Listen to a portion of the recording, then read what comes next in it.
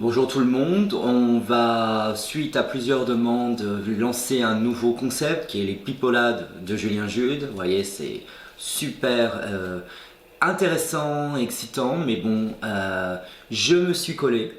Comme demandé, je suis à vos ordres. Votre humble serviteur a donc, suite aux demandes qui ont été formulées, traité un peu avec mes visions ce qui va se passer pour The Voice. Alors je vous dis d'entrée, je sais pas exactement ce que c'est, mis à part que c'est un truc genre Star Academy ou un machin comme ça.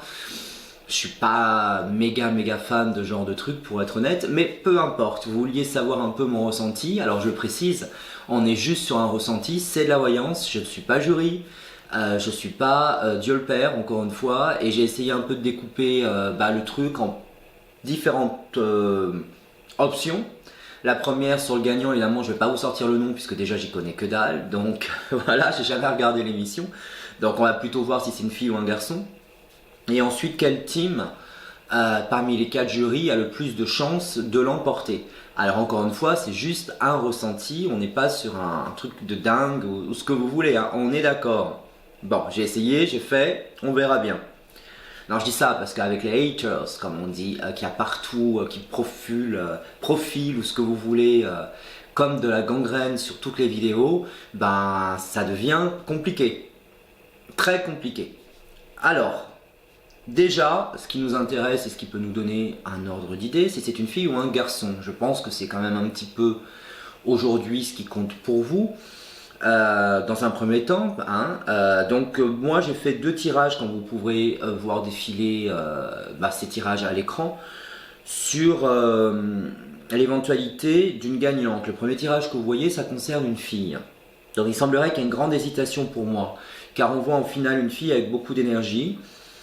C'est sûr que ce sera une finale avec une fille, ça on est d'accord. Il y aura une hésitation car sur la fin on sent une forme d'essoufflement. En tout cas la candidate qui elle sera la candidate féminine qui ira au bout, pour moi ça dégringolade un petit peu comme on dit.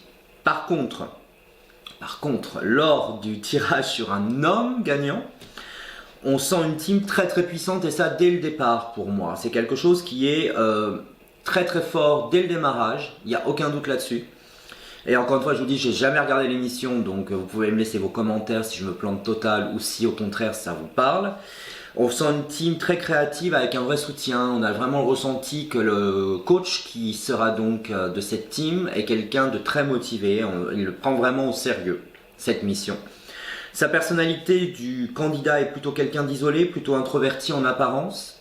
Par contre moi je ressens quand même un peu de favoritisme. Comme vous pouvez le voir, on a quand même la carte du mensonge, donc il y a quand même un côté un peu traficouillage à mon avis quelque part dans cette victoire. On en reparlera. Donc en résumé pour moi c'est plutôt un mec qui le gagne cette édition 2020 et pas une fille. Alors bon, moi j'ai été un peu checké sur le site de TF1 pour savoir qui étaient les jurys. Alors j'ai vu qu'il y avait Lara Fabian qui est une personne que je connais un peu, donc effectivement que j'aime beaucoup, alors j'ai essayé d'être impartial. Écoutez, on voit plutôt un démarrage en fanfare sur la team Fabian qui suivra la sélection, mais on sent vraiment une chute à un moment donné, il y a un changement dans l'approche et le rendu pour le public, pour moi c'est pas terrible. Je sens plutôt qu'il y a un homme dès le départ, peut-être Pascal Obispo, qui va dominer de toute façon tout ça et qui va, si vous voulez, quelque part dominer totalement le programme. Pour moi il n'y a pas de place pour les 3 autres jurys. Et on sent que Lara va être à un moment donné très effacée dans la démarche. Et pour moi, elle sera la grande perdante, malheureusement Lara, pour cette édition 2020. Je vois pas le succès pour toi.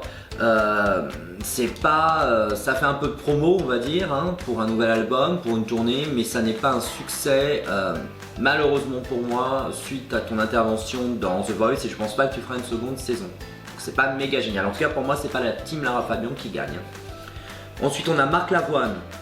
Alors moi je vois de bons choix, ça reste quelqu'un de pro, c'est quelqu'un qui est à la hauteur.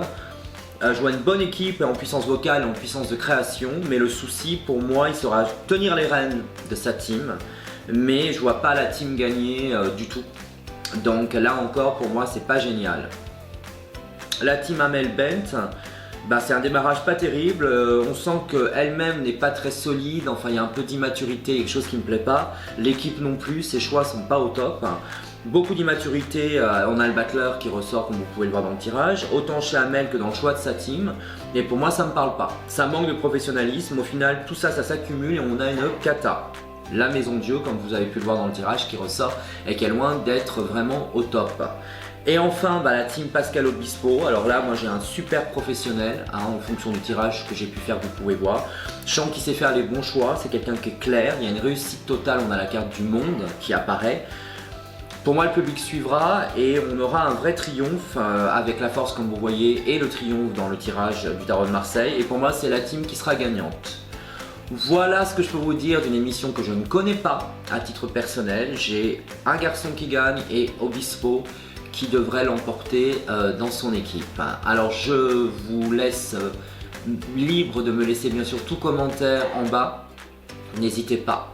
Vous pouvez également me proposer des sujets, soit ici en commentaire, que vous souhaiteriez que je traite. Je pense que je vais faire 2 vidéos par mois, plus sous forme, non pas d'un sujet unique, mais un peu de revue de presse. Dites-moi ce que vous souhaitez, dites-moi ce que vous préférez dans quel format vous souhaiteriez que je fasse ces vidéos.